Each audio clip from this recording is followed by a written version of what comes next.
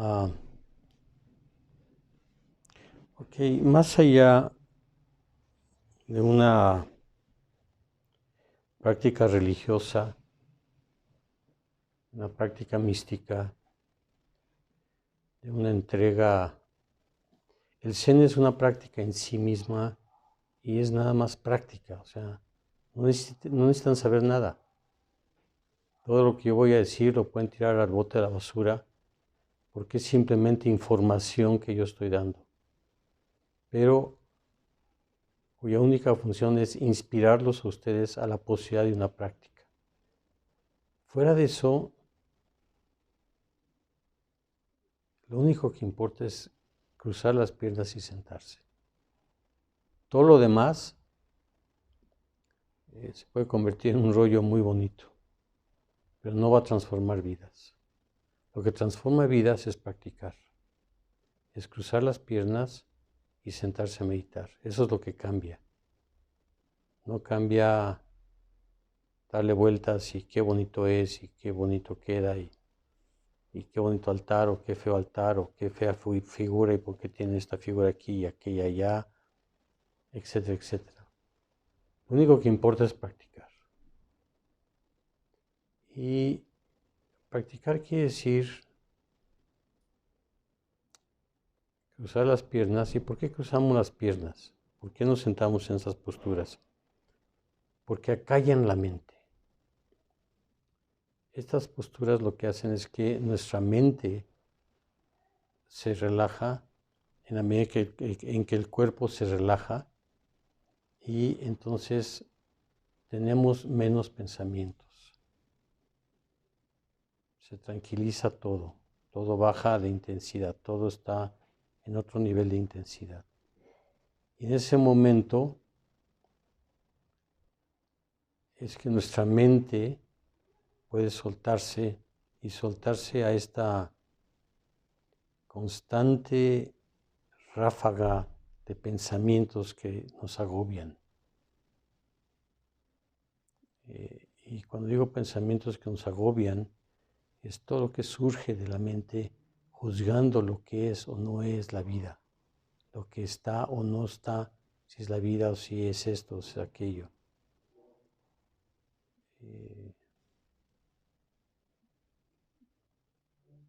Tuve una pareja con la que siempre el argumento era, lo que tú estás viviendo, yo no lo viví, y lo que yo viví, tú no lo viviste.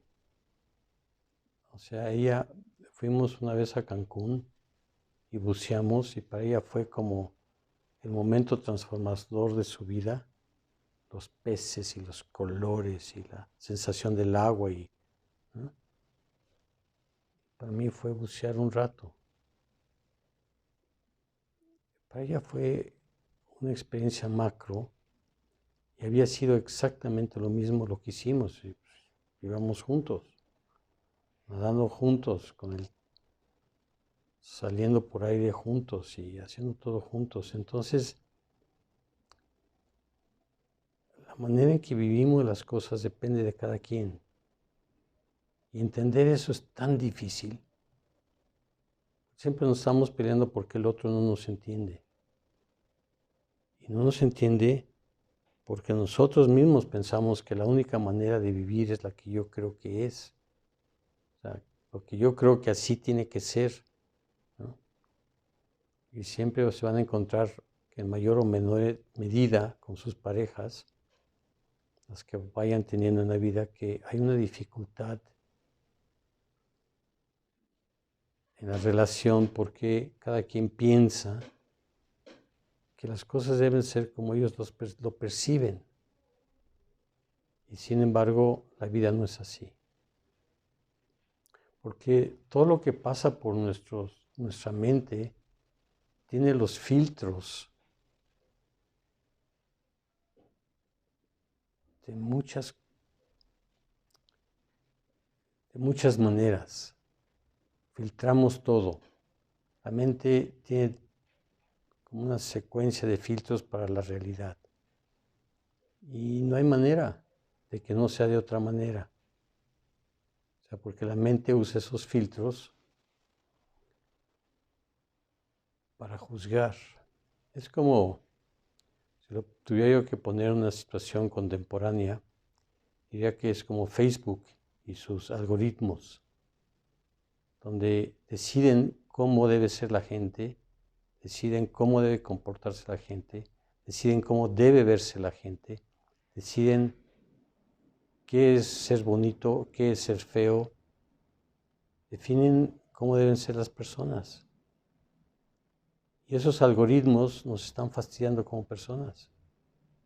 Pero peor aún que los de Facebook, están los propios, aquí arriba, esos algoritmos con los que vivimos, esos juicios constantes sobre nosotros y sobre los otros. Todo el tiempo nos estamos juzgando, todo el tiempo estamos viendo qué pasó, qué es, qué me dijo, qué no dijo, me quiere o no me quiere, lo quiero o no lo quiero, y por qué la vio a ella o lo vio a él, y los engaños de los juegos que nos echamos con las relaciones interpersonales. Y en el Zen hacemos todo eso a un lado, que no nos damos cuenta a la larga que es un juego de la mente, que la mente simplemente funciona así, que no es así la realidad es otra. Y nosotros pensamos que la realidad es lo que pensamos sobre la realidad. O sea, pensamos que estar vivo es creer que lo que pensamos es lo que cuenta. Lo que pensamos muchas veces no tiene nada que ver con la realidad. Nada.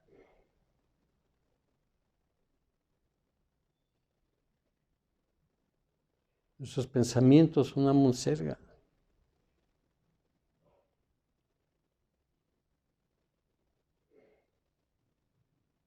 Nuestros juicios son una monserga.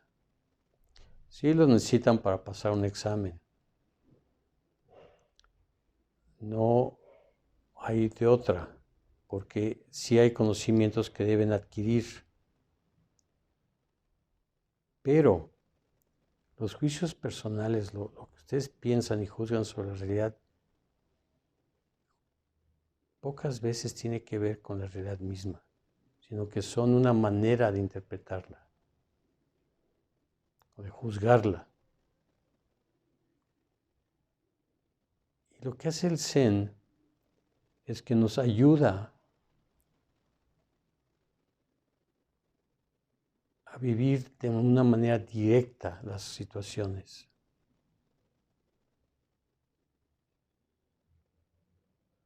Yo sé que pensamos que estamos viviendo todo el tiempo de manera directa las cosas. Pues si ustedes vieron algo en Facebook, Facebook ya filtró toda esa información. Él le puso sus algoritmos y escogió que sí, que no, que cuándo y todo y y transformó la experiencia misma en otra cosa. Pero nosotros hacemos eso mismo, nuestros propios algoritmos internos. Entonces de lo que se trata es de acallar la mente, no tener tantos pensamientos y poder ver la realidad tal cual es. A eso nos dedicamos los que practicamos Zen, porque la práctica es que la mente baje en la cantidad de pensamientos que genera. Y los que genera no le hagamos caso. Casi todas las personas que han ido a un retiro, que llamamos seshines, o seshin en singular, que usualmente son de 7 días en silencio, no hablamos en 7 días, nada más con el maestro, y siempre muy breve, y permanecemos en silencio durante 7 días, no hablamos. ¿Y por qué? porque eso ayuda a que vayamos más profundo y más profundo y más profundo y más profundo para poder romper el yugo del ego, lo que llamamos ego, el yugo de la mente que juzga. Puede romper ese yugo que nos mantiene ahí y despertar. ¿Y a qué despertamos? Pues la realidad tal cual es. Vemos el mundo con nuevos ojos, lo escuchamos con nuevos oídos, la describimos con otras palabras y buscamos que vivir de otra manera a raíz de una práctica intensiva.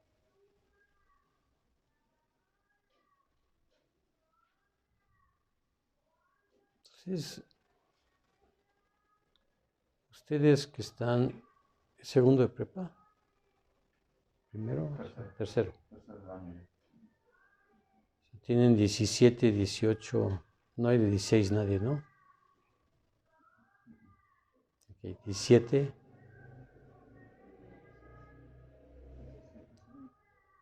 18, sí, 19, no, ok. Ustedes están empezando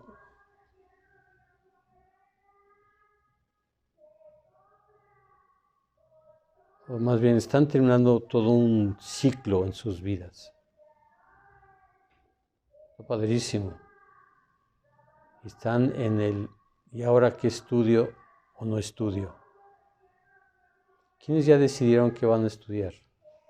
¿Pueden alzar la mano? La mayoría.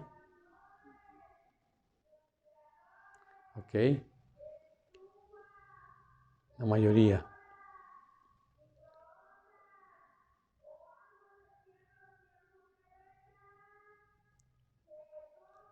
¿Quién ha escogido la religión como un estudio? Nadie. ¿Quién ha escogido filosofía? Ok. Una minoría.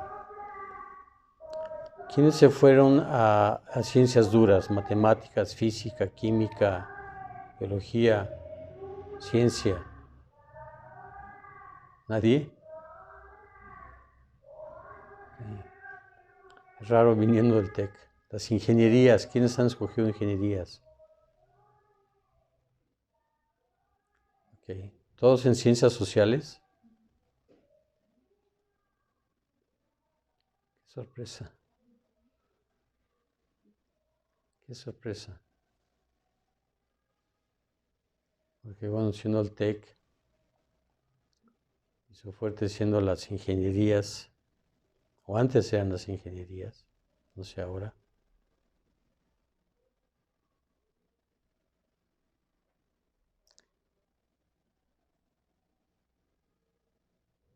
Ok. En términos de ciencias sociales,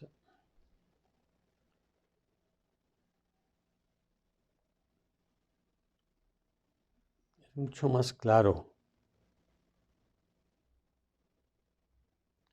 Cuando yo estudié arquitectura, y mi madre se metía mucho en los rollos de curaciones, psicología, pedagogía y crianza a los hijos y todo este rollo. Y teníamos discusiones porque decía, es que así no es la vida. Y yo le contestaba, si no lo ves no existe, si no lo sientes no existe, si no lo hueles no existe, si no lo oyes no existe. Y decía, claro que existe.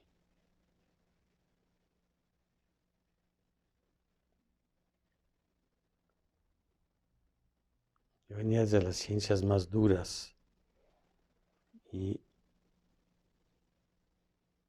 al final decidí arquitectura porque tenía una mezcla de diseño con matemáticas. A mí las matemáticas y la física se me daban. Y a la vez me gustaba el arte. Me llama poderosamente la atención la construcción. Y cuando estaba yo en segundo de prepa, mis padres quisieron hacer una adecuación en la casa y construyeron un cuarto para ellos, porque estaban hartos de nosotros los adolescentes y querían dejarnos a nosotros los adolescentes en la casa y ellos irse a un cuartito en el jardín que fuera propio y ya no tener los líos de adolescentes y nuestras eternas discusiones y sinsabores sobre la vida. Y un amigo arquitecto de ellos se dedicó a hacer la casa, iba a hacer el cuarto y trajo un maestro albañil y yo era el ayudante del maestro albañil. A mí me pusieron a mezclar la arena y la grava y el cemento y hacer la mezcla y cargar el agua y cargar las cosas. Me trataron auténticamente del albañil y su ayudante. Afortunadamente el albañil era un gran personaje que me iba explicando todo y los porqués. Y el arquitecto me explicaba el diseño a detalle. ¿Por qué las proporciones? ¿Por qué hizo esto? ¿Por qué hizo aquello? Todo a detalle. Yo creo que eso es lo que me inspiró a estudiar arquitectura. El entender la vida desde el arte, la proporción, la belleza, ¿no? Y por otro lado la lógica del cemento y la arena y la grava y la madera y los vidrios, las proporciones y todos los elementos del diseño.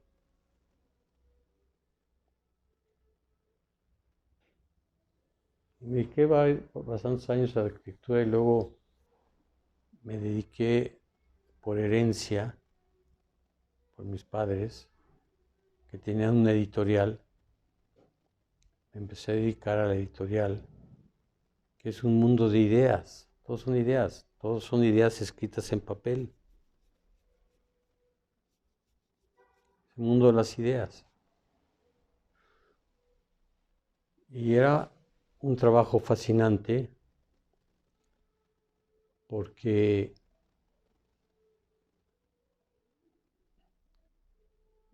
cualquier autor es un apasionado de su tema, ¿no?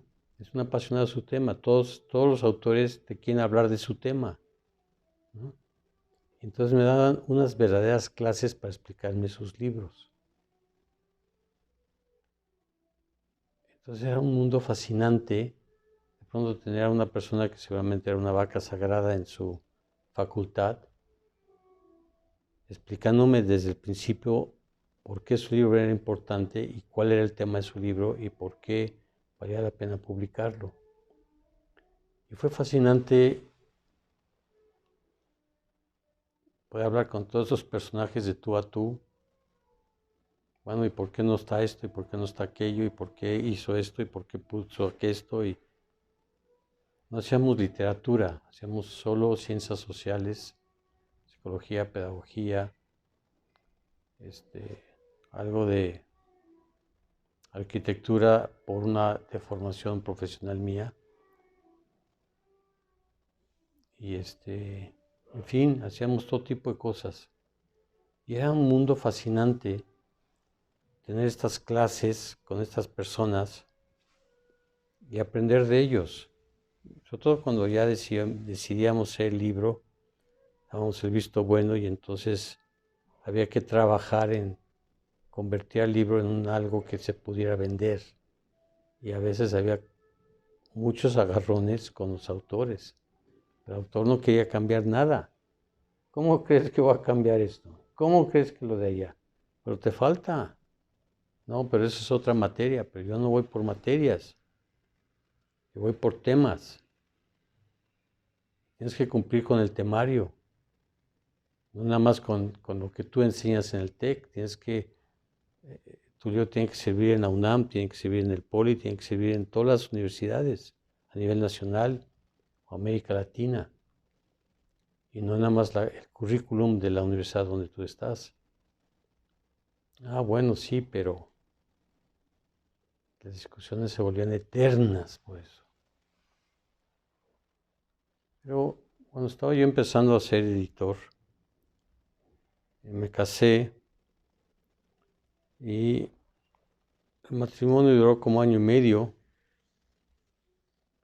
y cuando nos separamos se me desconchinfló el corazón. Dije, ¿qué onda? ¿Por qué me pasó esto? ¿No? Estaba yo en la perplejidad de la situación.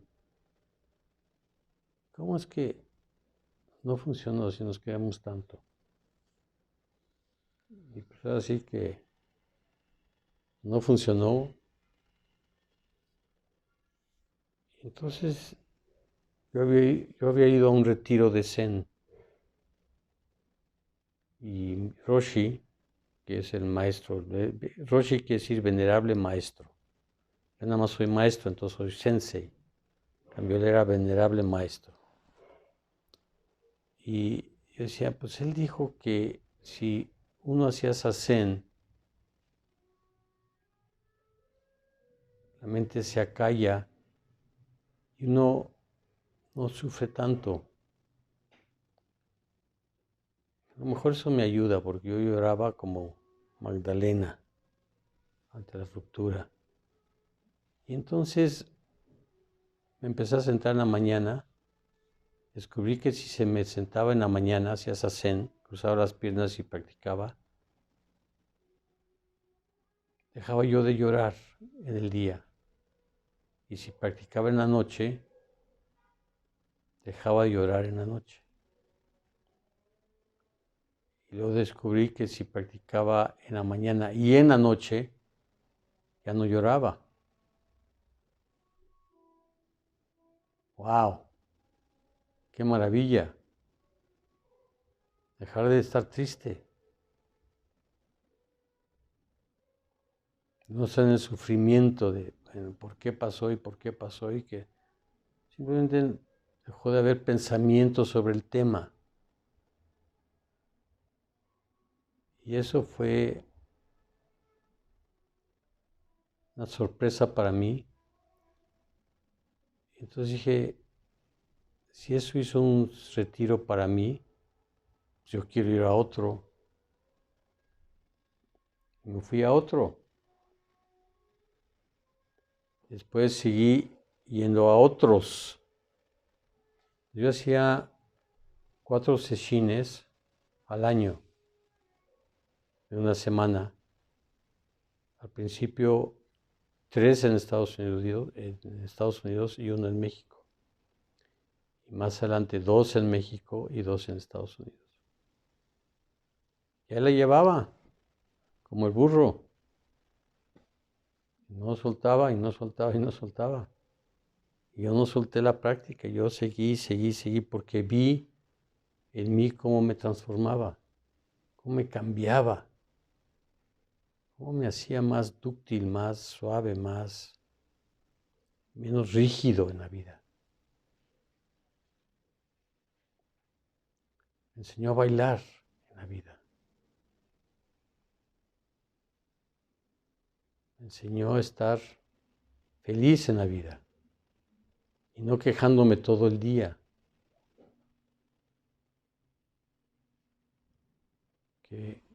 ¿Quiénes se quejan mucho de la vida?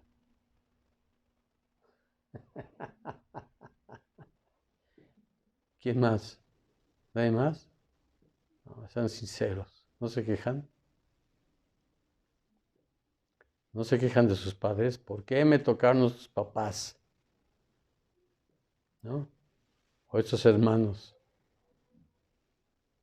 o esta escuela. No, Sasha no está viendo, Sasha no veas.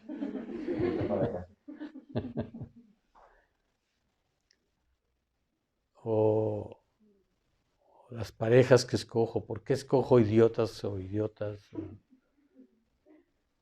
Gente como esa, como ese último que me traicionó. Y lo digo en femenino porque la mayoría son mujeres y hay 2 hombres nada más. Pero es igual para los hombres. Nos quejamos de un ala de la vida. Entonces empecé a hacerme responsable de lo que yo hacía en la vida. A no quejarme. Escogí mal, pues escogí mal y ya. Pues sí, fui yo. No fueron mis papás, no fue el maestro, no fue nadie. Yo metí la pata. O yo cambié. Ya no quiero estar ahí. Ya no puedo más con esa relación. ¿Por qué? Porque yo he cambiado. Y ahora que ustedes están jóvenes y cambiando muy rápidamente, eso va a ser una constante. Porque sus parejas no van a medir, no van a ir al ritmo de ustedes, o porque ustedes son lentos o porque son rápidos. Pero cada quien va a un ritmo distinto. Y uno puede querer mucho a las personas, pero si no le siguen el paso a uno a ellos o a ellas, se acaba.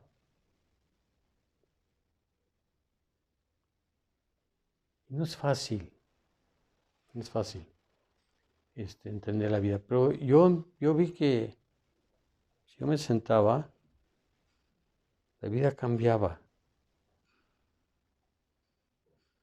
La vida cambiaba. Se me transformaba. Practicar, practicar, practicar. Y así me seguí. Y ahora estoy aquí frente a ustedes, dando una plática sobre cambios en la vida.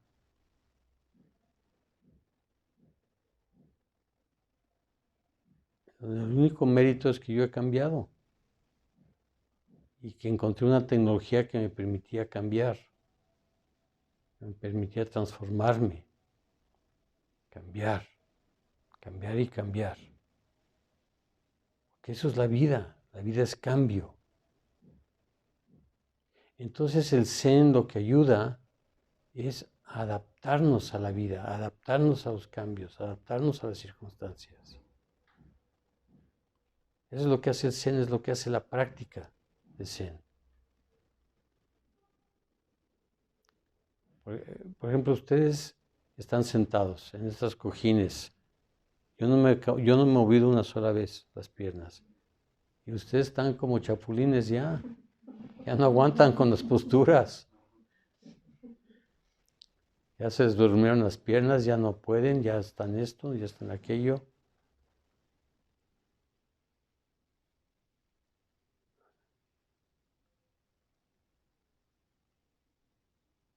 Y no es que para mí no sea incómodo. Claro, aguanto mucho más que ustedes. Tengo más práctica. Pero no soy inmune a que sea incómodo. Pero uno lo tolera. Uno lo vive. Uno lo sabe. Uno lo siente. Y uno sabe que la vida es eso. La vida es cambio. Y lo que ahorita nos duele, cambiamos de postura y se va el dolor. Los 5 minutos después regresa, ¿no? Porque no hemos cambiado la premisa básica, que la vida es cambio y que duele. Y sí, duele. Retiros, pues por supuesto que duele. Pero uno lo acepta. Entonces la vida deja de doler. Y las rupturas ya no duelen tanto.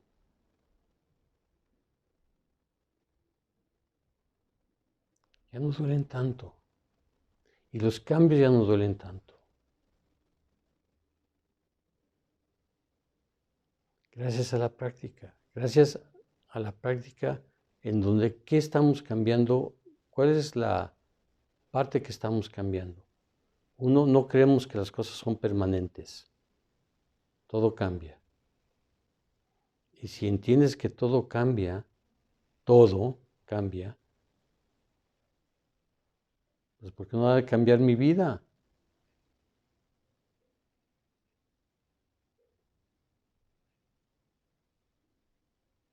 Dos, aceptas lo que sucede. O sea, la vida es cambio. Y uno acepta lo que sucede. Uno aprende a aceptar lo que sucede. Y aceptarlo. Y hacerse responsable de lo que sucede. Ya no es el dedo flamígero de tú tienes la culpa. Y uno reparte la culpa a diestra y siniestra alrededor de uno.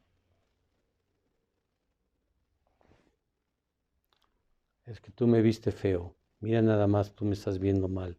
Y tú no digamos, bueno, se va uno de espaldas, ¿no? Eso cambia, eso radicalmente cambia con esta práctica.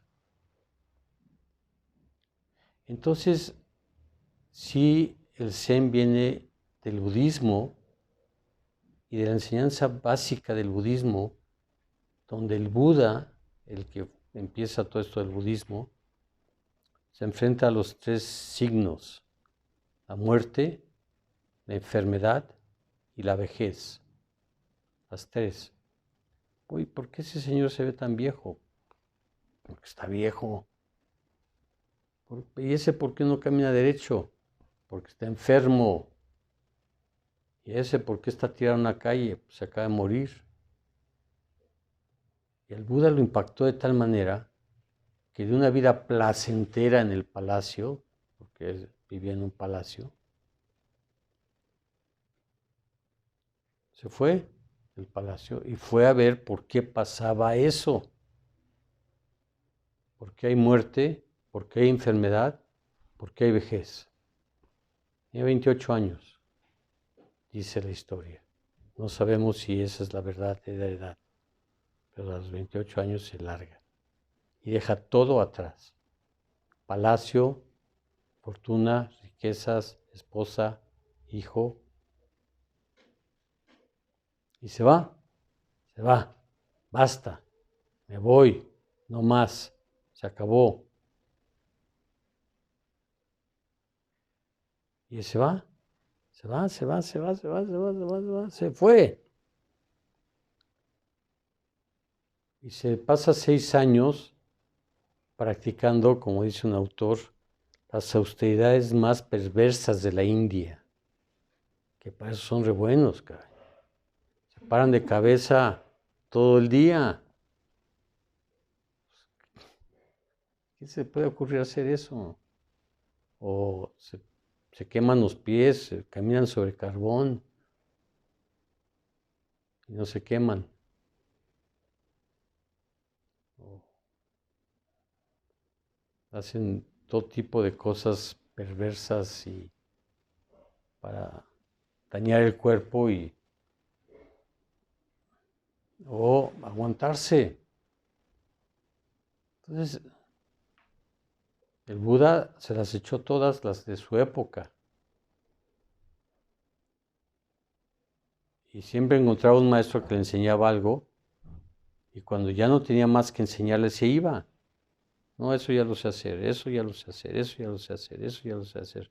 Y iba buscando nuevos maestros. Y no encontró a ninguno que lo llevara a despertar. Entonces agarró y se sentó debajo de un árbol durante 7 días.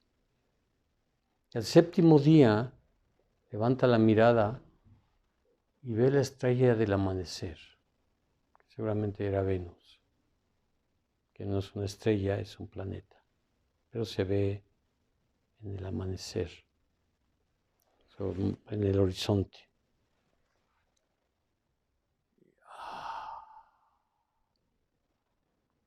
despertó a quien realmente él era y despertó a las respuestas de la vida. ¿De qué se trata esta vida? Y nosotros aquí estamos haciendo réplicas de esa vida. Estamos replicando eso. Tratamos de hacer lo que hizo el Buda, de despertar de qué se trata esta vida. Y las respuestas de qué se trata esta vida son muchas. Depende de cada quien. Pero lo valioso es que sea de cada quien. Eso es lo valioso. Cada quien despierta su propia budeidad, a su propio ser búdico, a su propia manera de ser auténtico. Y a eso despertó el Buda. Y entonces empezó a enseñar lo que él había hecho. Se siguió durante hasta sus 80 y tantos años. Y a los 90 y tantos se muere.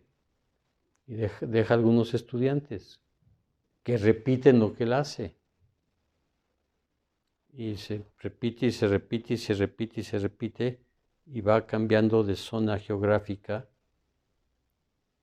Y claro, cuando llega a una cultura tibetana, se expresa de cierta manera, y cuando llega a una cultura china, se expresa de otra manera, y cuando va al sudeste de Asia, a Sri Lanka, al sur de India, se expresa de otra manera.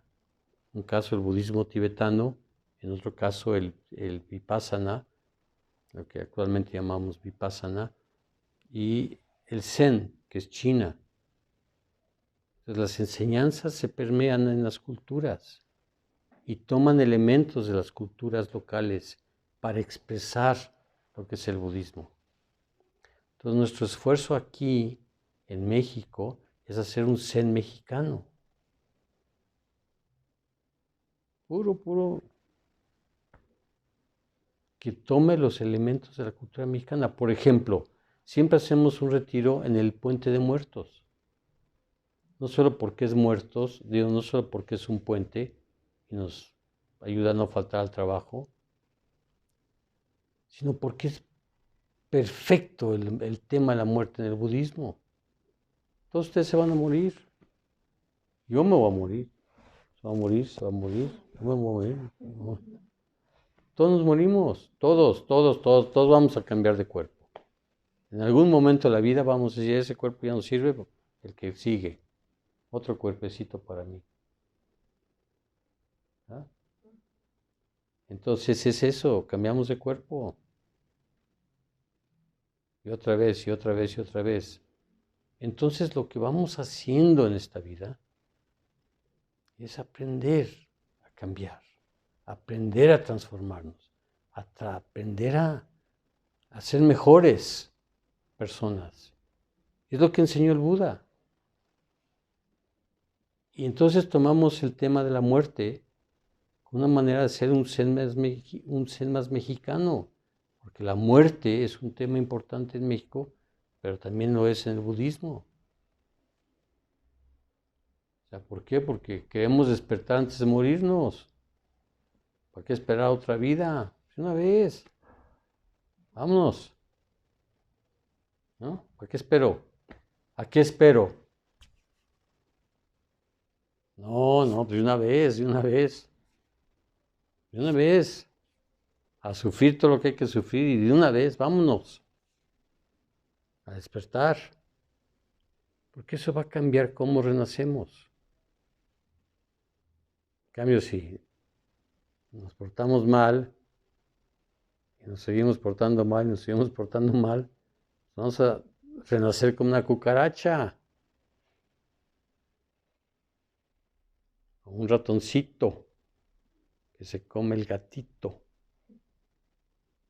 o como una persona a la que le va mal. No van a renacer una persona que va al TEC. Porque pues está bien renacer y ir al TEC, ¿no? Estudiar en el TEC es bueno. O Desde fuera eso parece. Claro que tienen sus dramas y sus problemas y sus líos y sus asegúnes y sus gustos y disgustos, pues sí, claro. Pero se trata de transformar todo eso, todo lo que vivimos, todo lo que somos, todo lo que hacemos. Y de eso se trata. Entonces esta práctica es eso, es una manera de transformarse. Y hay muchas maneras, se pueden meter a un psicoanálisis, se pueden meter a una terapia corporal, se pueden hacer muchas cosas. Uno de los caminos es este, que es muy bueno para mí, al menos lo que yo he vivido es muy bueno, porque a mí me ha ayudado muchísimo. Eso depende de cada quien. Y después de tenerlos sentados casi una hora, que no sé cuánto tiempo llevamos, ¿qué hora es? Ok, una hora. Después de una hora de ustedes sentados en estas posturas incómodas, ya están inquietos, entonces vamos a hacer un alto para que ustedes se estiren, se puedan ir al baño, si quieren agua hay agua, si quieren una fruta hay fruta, lo que quieran ustedes, o vamos a comer más tarde y en la chorcha, en la plática, antes de que se vayan, vamos a comer todos juntos, como prefieran, pero vamos a tener una interrupción de unos 10 minutos y vamos a probar lo que se siente sentarse, sin moverse, sin hablar, sin voltear. Mira cómo tienen las piernas, mira, mira, mira, mira, mira, mira. No, eso no lo hacemos. Cuando estemos sentados no lo hacemos. Y ya les explicaré cómo sentarse, para que tengan una probada, un dulcecito de qué se siente sentarse, formalmente, sin moverse, y que aprendan a sentir la quietud momentánea, pero una cierta quietud al estar relajados. ¿Ok? Entonces a la 1, a las 2, voy a tocar esta campana y nos levantamos. Y María Antonia va a correr a apagar esta cosa antes de que yo me levante. Ok, entonces ya están liberados de estar sentados y hagan lo que quieran para estirarse.